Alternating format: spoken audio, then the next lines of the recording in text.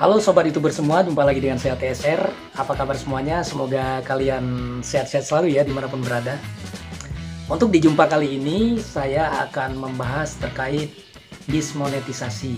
Apa itu dismonetisasi? Mungkin untuk sebagian YouTuber sudah pada tahu lah ya, apa itu dismonetisasi ya.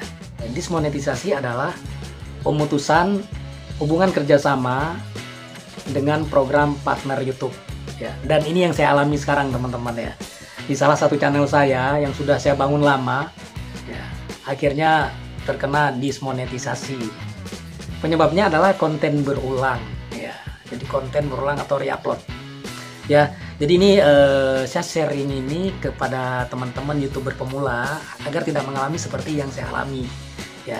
Makanya usahakan bikin konten yang ori milik sendiri, ya. Ya.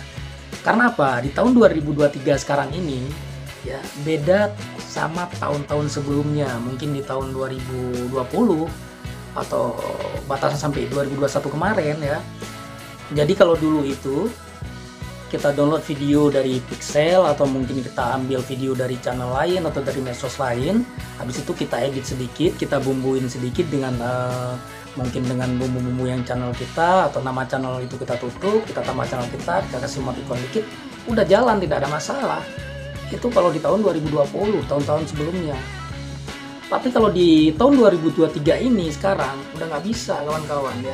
Aturan dari YouTube itu kebijakannya cukup ketat ya. Dan YouTube itu semakin canggih, jadi gampang ngedeteksi.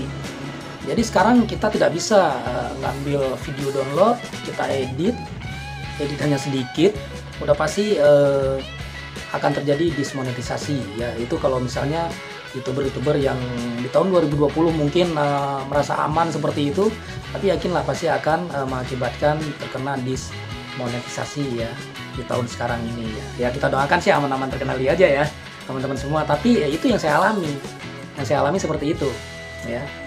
Bahkan saya juga nggak tahu ya konten yang mana yang kena berulang ya. Karena saya udah berusaha edit, memang ada beberapa video dulu yang suka saya download dari punya orang, saya edit.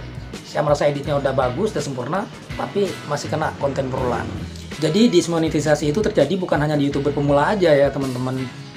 Bahkan saya baca di salah satu YouTuber yang ada komentar itu, ada satu channel itu udah mencapai 77.000 subscriber teman-teman ya. Tapi terkena dismonetisasi, apa nggak sedih ya.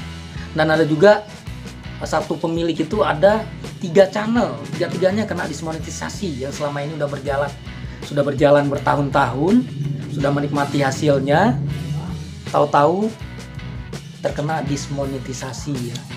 Apa nggak sedih, apa nggak kecewa teman-teman ya. Apalagi yang andalannya mungkin penghasilannya emang maaf mungkin hanya di YouTube itu ya. Sangat sedih dan sangat kecewa udah pasti. Makanya berdasarkan pengalaman itu dan berdasarkan pengalaman saya pribadi ya, saya sarankan untuk para YouTuber pemula mendingan bikin konten sendiri yang ori, apapun itu ya. Banyak kok konten ori yang bisa kita bikin yang bermanfaat ya.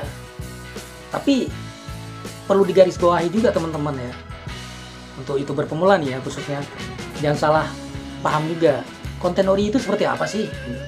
Karena belum tentu konten video itu yang kita bikin sendiri, kita videoin sendiri, kita rekam sendiri sama YouTube dianggap ori, belum tentu juga.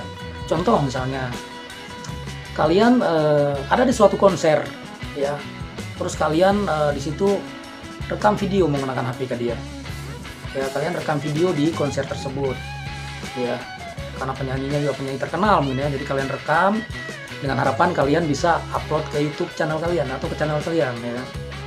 Itu belum tentu dianggap ori teman-teman. Kenapa? Kalau klaim hak cipta udah pasti ya, kalau kita bicarakan masalah klaim hak cipta udah pasti kena klaim hak cipta karena di situ ada musik ya. Tapi kalau di sini saya lagi bahas masalah ori atau tidak orinya, ya. Dan itu tentu dianggap ori sama itu. Kenapa saya bilang gitu? Karena seberapa banyak orang yang hadir di situ yang mungkin juga sebagian orang-orang yang ada di tempat itu adalah orang yang tujuannya ingin rekam video untuk upload di channel YouTube-nya, bikin konten sama seperti kalian, ya. Itu pasti nanti dianggapnya tidak ori karena banyak konten berulang di situ. Jadi caranya gimana untuk mencegah hal itu? Tidak masalah ya. Yang penting kalian sesekali kalian tampil muka kalian ya, untuk berkomentari atau untuk menjelaskan apa yang kita lakukan di konten tersebut, di video yang kita buat itu baru membuktikan bahwa channel kita atau video kita itu, konten kita itu asli. Ya, itu bukti yang dianggap oleh YouTube itu konten ori milik kita. Gitu. Makanya berdasarkan pengalaman itu, teman-teman berusaha akan bikin konten yang ori ya, walaupun masih ada sih video yang saya edit ya teman-teman, video yang saya edit masih ada, tapi saya berusaha juga editnya maksimal. Jadi tidak bisa lagi untuk di tahun 2023 ini kita edit video itu hanya sedikit, kita tambah emoticon sedikit ya, kita tutup channel orang, tambah channel kita ya, kita kasih hal-hal yang lucu dikit. Nggak bisa kalau sekarang ya. Untuk YouTuber pemula pada saat ngajuin monetisasi pasti akan ditolak sama YouTube. Begitu juga buat channel-channel yang udah berjalan nih, YouTuber-YouTuber yang sudah berjalan selama ini, mungkin di tahun 2020, 2021 masih aman-aman aja. Tapi yakinlah ya, di tahun 2023 ini pasti akan, bukan saya doain ya, ya semoga sih kita doakan sama-sama semua YouTuber itu aman-aman terkendali semua ya untuk channelnya. Tapi berdasarkan pengalaman yang saya alami, yakinlah pasti akan terjadi dismonetisasi. Ya, di tahun 2023 ini akan terjadi dismonetisasi massal. Karena di tahun-tahun sebelumnya itu banyak editan-editan video, konten-konten yang dibuat itu editannya nggak sempurna. Nggak sempurna gimana maksud saya ya? Sekarang contoh gini, kita ambil video orang, kita edit. Kalau kebijakan YouTube yang sekarang itu ya, seharusnya editnya seperti ini teman-teman. Jadi banyak editannya daripada video aslinya. Contoh, misalnya nih, saya bikin video, saya ambil dari video orang lain atau dari Pixel atau dari medsos lain gitu. Ya saya ambil, terus saya di situ reaction ya. Misalnya videonya durasinya 5 detik, saya berkomentarnya atau menjelaskannya ya, atau reaksi saya di situ 15 detik. Terus videonya lagi 5 detik, saya reaksinya lagi 15 detik. Itu nggak masalah, aman pasti. Karena nanti di ujung video, di ujung konten pada saat dihitung-hitung itu banyakkan komentar kita, banyakkan tampil kita ya, daripada video yang kita download itu. Jadi lebih banyak editannya. Itu maksudnya. Itu kalau kita bisa seperti itu nggak masalah teman-teman ya. Silakan aja download video dari tempat lain, terus kita edit yang sempurna seperti itu aman. Tapi kalau kita hanya editnya sedikit, kita hanya ngasih bumbu-bumbunya sedikit, emoticon sedikit, yakinlah pasti akan ditolak monetisasi oleh YouTube. Itu untuk YouTuber pemula. Dan kalau untuk YouTuber yang udah berjalan selama ini, yakinlah pasti juga akan terkena dismonetisasi seperti yang saya alami saat ini. Ya, itu dari saya teman-teman ya. Saya di sini hanya berbagi pengalaman untuk YouTuber pemula. Semoga jadi PR kita itu tidak sia-sia maksud saya. Ya jangan sampai kita udah capek download video ya, terus udah kita edit ya, udah buang-buang waktu.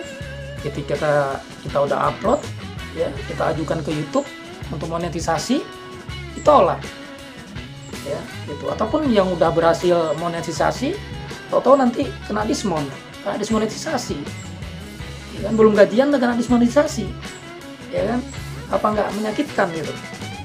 Makanya saran dari saya, lebih baik kita bikin konten sendiri. Banyak kok konten-konten yang bisa kita bikin, konten-konten kreatif atau tutorial-tutorial. Yang penting pastikan muka kalian ada di situ. Kalian menjelaskan atau berkomentar dalam video kalian itu, supaya dianggap itu video ori milik kalian. Karena ketika terjadi dismonetisasi teman-teman ya, kita nggak tahu yang di dismonetisasi itu penyebabnya yang konten yang mana, video yang mana. Kayak yang saya alami nih, ya kan, kemarin saya kena dismonetisasi di salah satu channel saya. Saya nggak tahu ya, video yang mana sih ini yang kena dismon. Misalnya saya ada 50 video ya kontennya yang selama ini saya edit, saya nggak tahu yang mana nih yang kena dismonetisasi. Karena si YouTube itu nggak pernah ngasih tahu kita dismonetisasi gara-gara mana. Atau begitu juga teman-teman YouTuber pemula pada saat ngajuin monetisasi ditolak sama YouTube. Dia nggak ngasih tahu kamu aku tolak gara-gara video yang ini, enggak. Jadi paling kita menganalisis sendiri aja. Wah, jangan-jangan gara-gara yang ini nih, video yang ini nih yang berkonten ulang ini karena editannya kurang sempurna. Jadi kita harus menganalisis sendiri, dan itu tidak gampang juga teman-teman. Gitu. Akhirnya apa? Ketika kita terjadi dismon, akhirnya video yang selama ini udah kita buat banyak, capek-capek kita edit, akhirnya mau nggak mau kita hapus-hapus. Kalau yang nggak tahu ya, akhirnya hapus-hapus lah videonya. Akhirnya jam tayangnya hilang lagi. Jadi kalau kalian mengalami dismonetisasi, atau YouTuber pemula pada saat mengajukan ditolak monetnya gara-gara konten berulang, videonya nggak usah dihapus ya. Ada caranya kok untuk mengedit supaya videonya tetap, jam tayangnya tetap berguna maksudnya. Karena kalau videonya dihapus, otomatis jam tayangnya pasti akan berkurang, akan hilang. Dan kalian untuk ngajuin monetisasi ulang, jam tayang berkurang, otomatis butuh proses lagi dan butuh waktu lagi ya. Makanya tidak perlu dihapus, dan itu ada caranya ya, untuk mengedit video yang berkonten ulang atau yang reupload, tidak perlu dihapus videonya ya. Nah, untuk caranya seperti apa, nanti akan saya bahas di video saya selanjutnya. Terima kasih, sampai ketemu lagi di video selanjutnya. Jangan lupa bantu like dan subscribe-nya agar channel ini terus berkembang. Semoga yang saya sampaikan bisa bermanfaat. Salam YouTuber.